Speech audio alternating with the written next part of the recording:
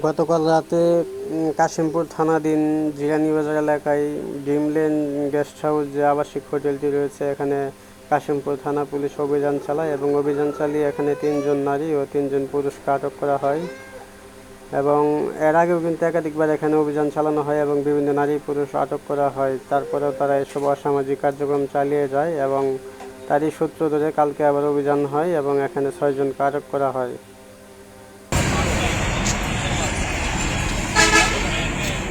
अरे के दुकान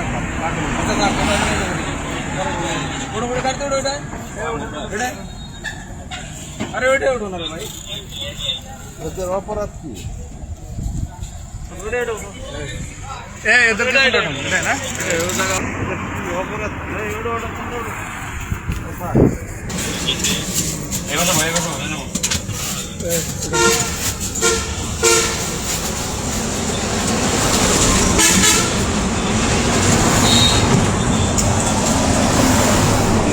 মেয়ে 3 জন ছেলে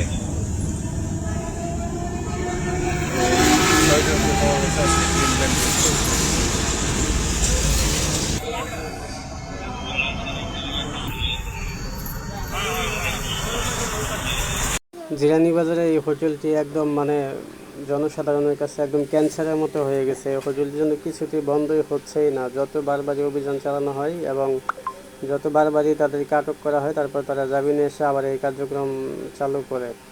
এলাকাবাসীর দাবি হোটেলটি যেন চিরকালের জন্য বন্ধ হয়ে যায় এবং সমাজকে রক্ষার জন্য দোষীদের সর্বোচ্চ শাস্তি দাবি করেন এলাকাবাসী।